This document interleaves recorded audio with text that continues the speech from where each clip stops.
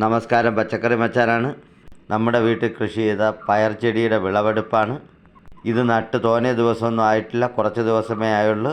ആദ്യത്തെ വിളവെടുപ്പാണ്. എന്നിട്ട് പോലും നല്ല രീതിയിൽ നമുക്ക് പയർ കിട്ടുന്നുണ്ട്.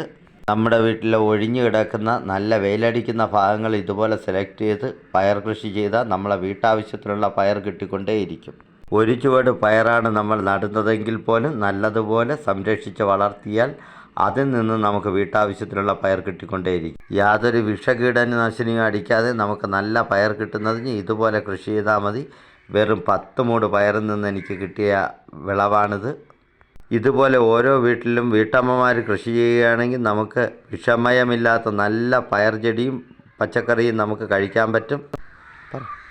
നമ്മൾ സ്ത്രീകൾ ഇതുപോലെ കൃഷി ചെയ്താൽ നമുക്ക് വിഷമില്ലാത്ത പച്ചക്കറികൾ ഉൽപ്പാദിക്കാം. വീഡിയോ ഇഷ്ടപ്പെട്ടാൽ ലൈക്ക് ചെയ്യാനും സബ്സ്ക്രൈബ് ചെയ്യാനും മറക്കരുത്.